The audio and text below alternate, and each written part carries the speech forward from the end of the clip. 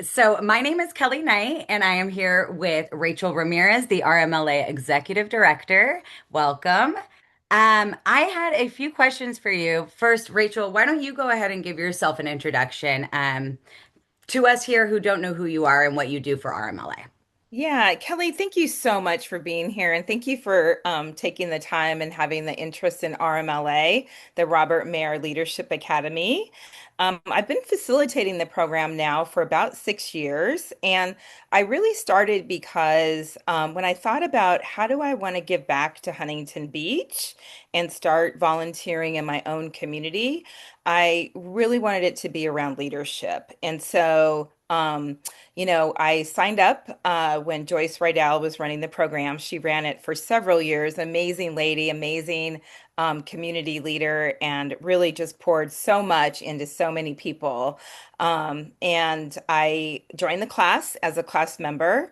And then I shadowed her for a year. And then, like I said, for the last 6 or 7 years, I've had the opportunity and the privilege of representing the Mayer family and Robert Mayer Sr.'s legacy in facilitating the program. And so that's a little bit about how I came to be in RMLA. In terms of my background, I've had a business now for about 27 years. I do federal government contracting, primarily out of Washington, D.C. So we say like the big government as opposed to state and local, but also do a lot of local work as well, private sector companies, and specifically in the area of management consulting. And so that covers a broad range of things. And one of the things I love about the work that I've been able to do is that about 10 or 12 years ago, I decided to get an executive coach. And because I got an executive coach, I became a team-led company. And so I didn't want to grow my company, I wanted to grow my life. And so one of the ways that I was able to do that was really to put the right people in place. And that requires a tremendous amount of trust, of commitment from my team, of accountability, and ultimately those business results. So I can do things like RMLA. So because I became a team-led company in my private sector for-profit business, I was really able to start investing in the community. And so now I have the privilege and the honor of sitting on several boards. But probably my most favorite thing I do is lead RMLA as the main facilitator. It takes a bunch of people to run the program, but I am the lead facilitator. And most recently, this past year, at the request of the Mayer Family Foundation, we were able to become a nonprofit. And so that's been an exciting turn of events for us. And so now I'm the executive director of the nonprofit. RMLA is now a nonprofit. And so by really having a team-led company in my private sector space, I was able to think about, okay, how do I really want to show up in the Huntington Beach community? And it's really around leadership. Great leadership to me is the most important thing that we can do. It empowers I mean, there's just the list goes on. It's so, so, so important. And so, thankfully, I think I've been well received in that in that space. And just with my background and having that federal government expertise and all the different people and clients and situations that I've been in, I now can bring that back to Huntington Beach and facilitate this program. So, That's yeah, just a little amazing. bit about me. That's awesome. And one thing that really stood out to me is when you talk about team led and you talked about Mhm. leadership, a lot Mhm. of times people think of leadership as only for people that are actually leading the team, that are in Mhm. positions of power. What does Mhm. leadership really mean to you, and why is it Mhm. important that everyone invests in leadership? Yeah, great question. Thank you so much for that question. To me, leadership is really it's really about having integrity and understanding and knowing your core values and caring, and I'll say this, really loving the people around you enough to want to be your very best.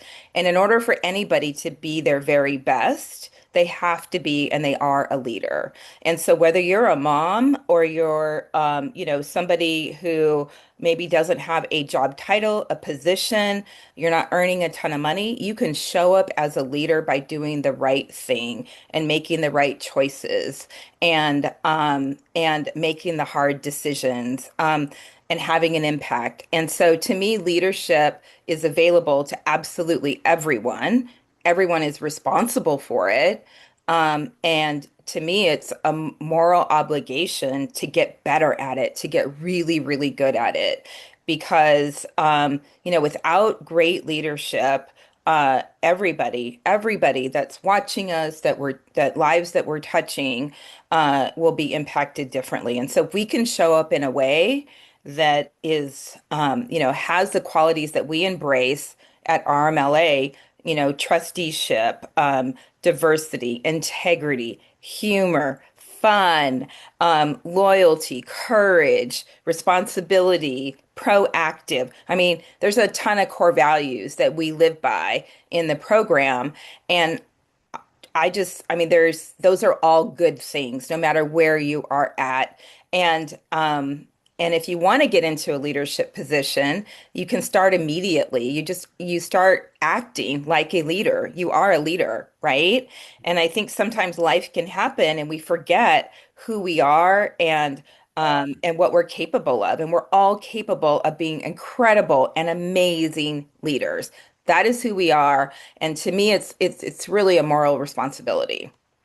I think that's awesome. And it's really nice to know that if people can invest in themselves and work together, they can also probably have more empathy for others who are trying to do the same thing, which contributes to that team-led aspect, which again comes back to being able to give back to the community.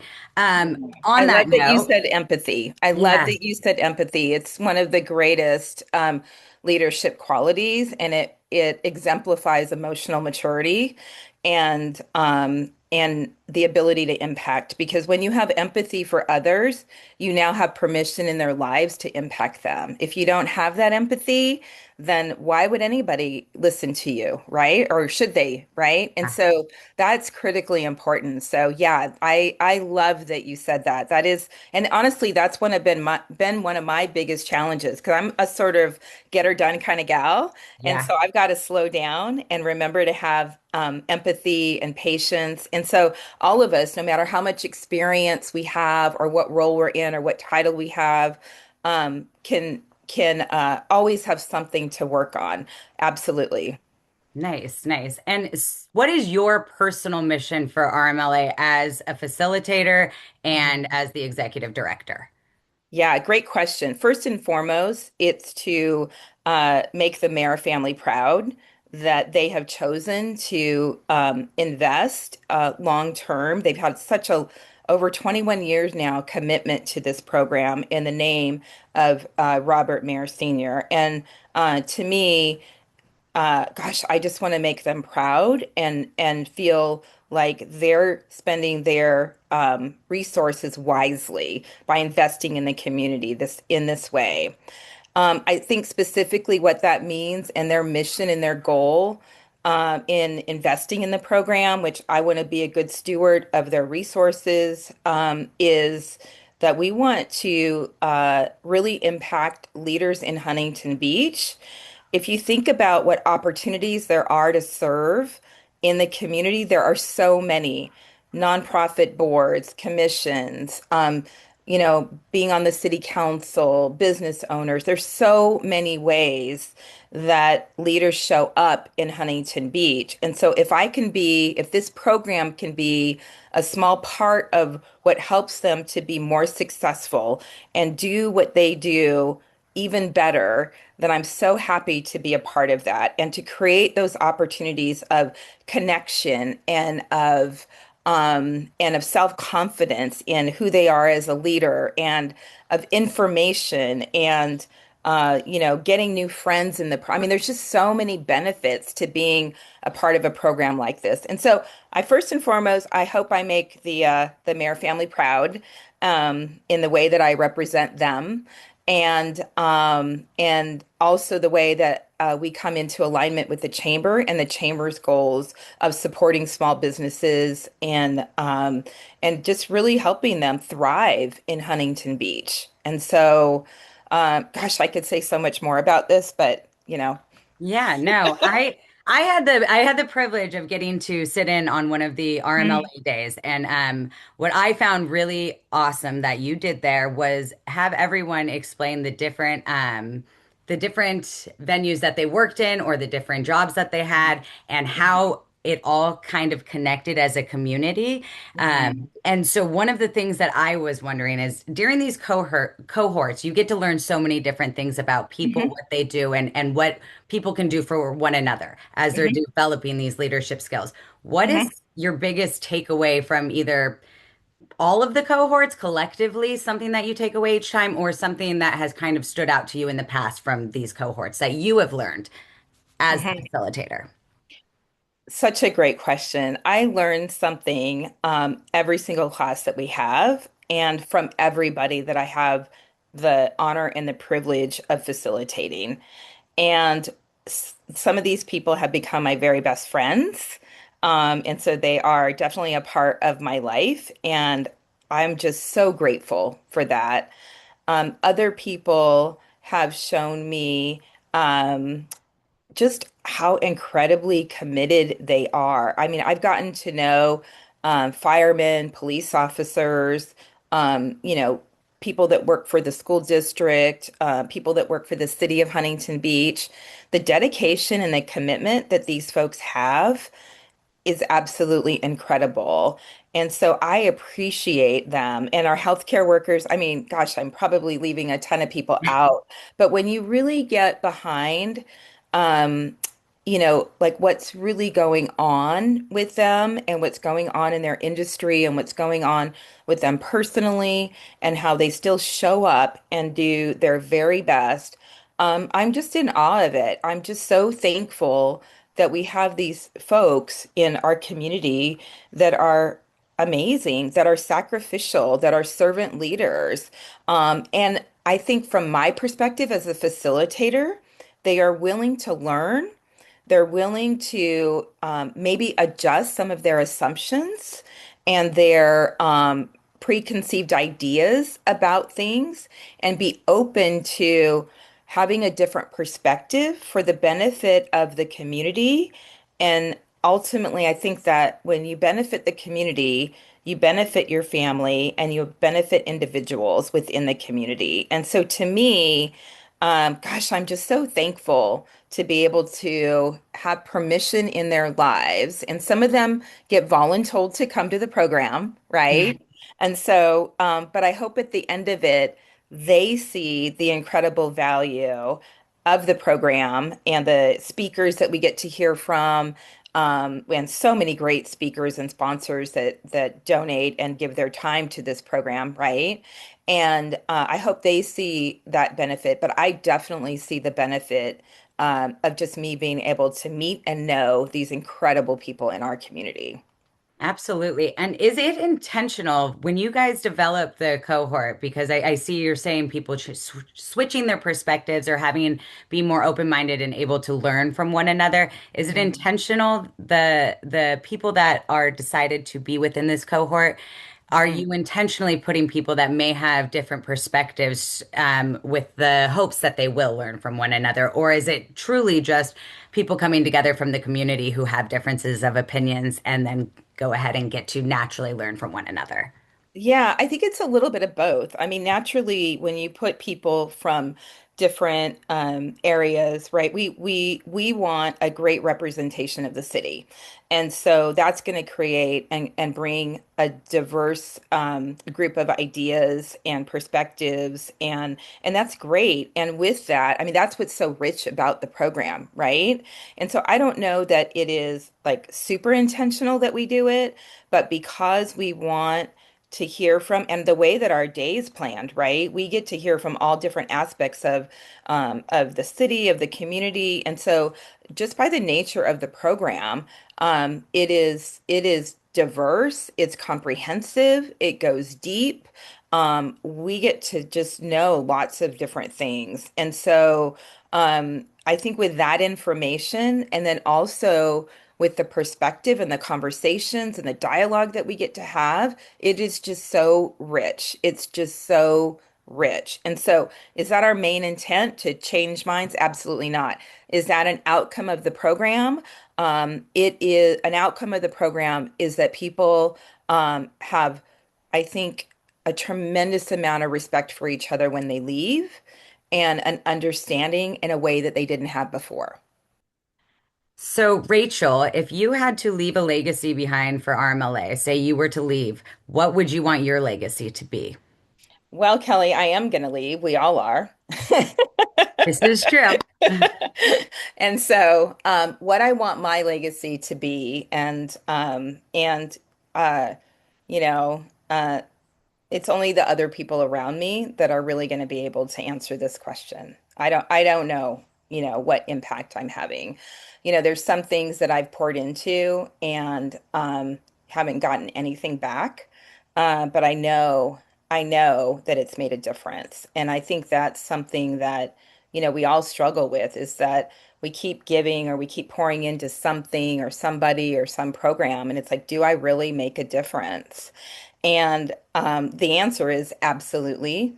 So many times we don't know what impact we have. We'll never know what impact we have, but we're having it, right? And so, regardless if I see it, I want to be living my life every day, all the time, in such a way as if somebody was watching me because they are. I've got four kids. And when I think about the person that I want to be and the city that I want to create and the kind of life that I want them to have, I've been incredibly blessed. Like I had no idea that I would have this successful business, that I would have these four amazing children, that I would have an incredible and happy marriage.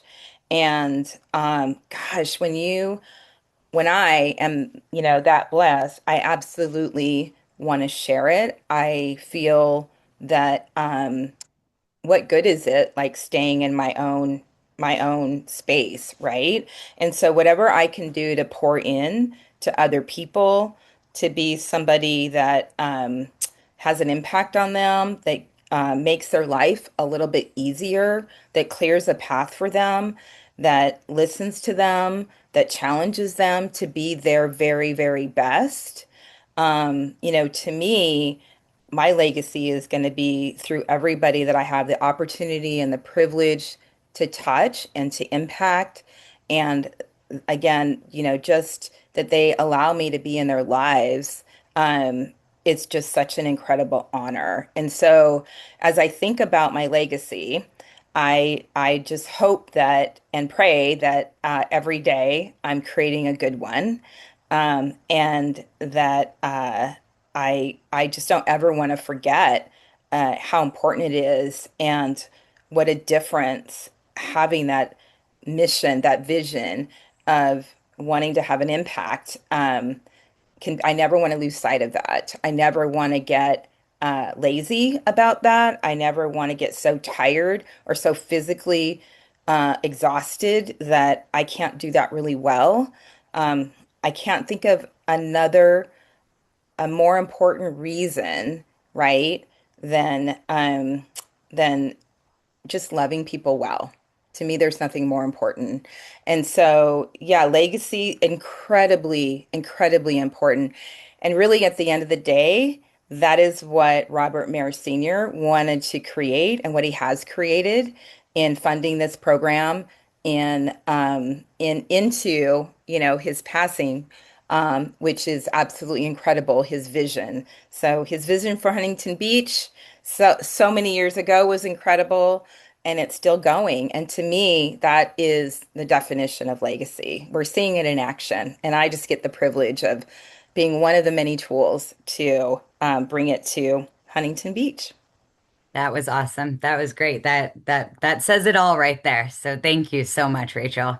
You're welcome. Okay. So go ahead and just give me a little brief description of what Robert Mayer Leadership Academy is and when is the deadline to apply? Yeah.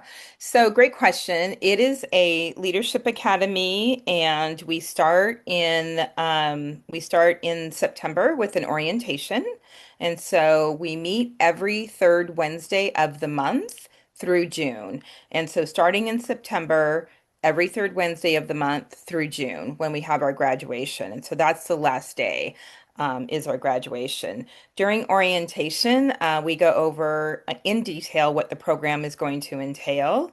Between orientation and really the first class, we do a 3-day retreat up in Big Bear. It's a leadership retreat. And so that is a requirement. Everybody who is in the class needs to go up to Big Bear, and it's really an amazing time. It's awesome.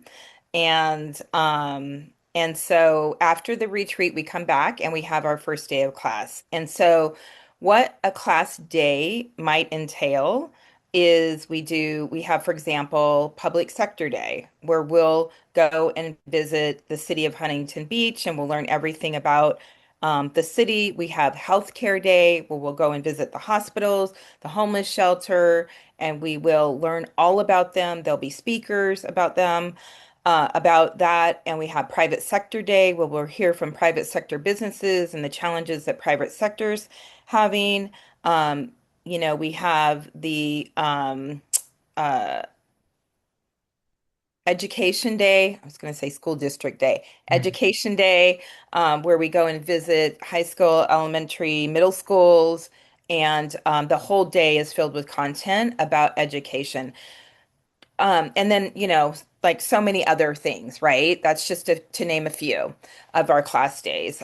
We usually start around 8:30. We end at 4:30. After every class day, we have an alumni happy hour. And so we meet at some local pub somewhere and we just get together and socialize with alumni. We have about 500 alumni now in RMLA, which is amazing.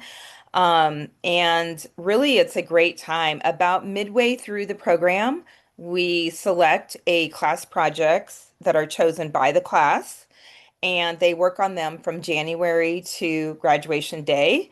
And it's a community project that they come up with that they select. And that's just a way of creating legacy for the class and giving back. And so, in terms of what a typical day entails, we do some leadership training. We do what are some issues and opportunities you all have in your own workspace with your own teams. And then we, of course, visit the location that we're visiting or, whoever we're visiting and meeting for that particular day. But it is not just like learning more about the city. It's also about developing and becoming a great leader. And so we do a lot of content around leadership. We also do a DISC assessment. So you would get to know what your DISC profile is and what the pros and opportunities might be with that, and how that might be showing up.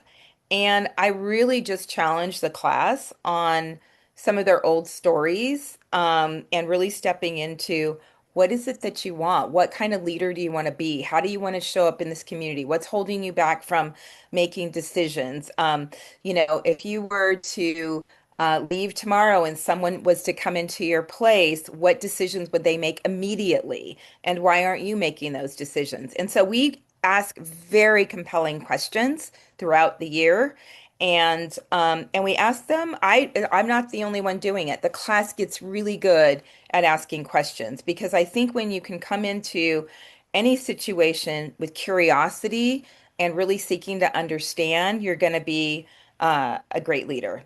You're well on your way to being a great leader, right? So, Absolutely. mhm. Absolutely. And when is the deadline that they can apply for this upcoming class?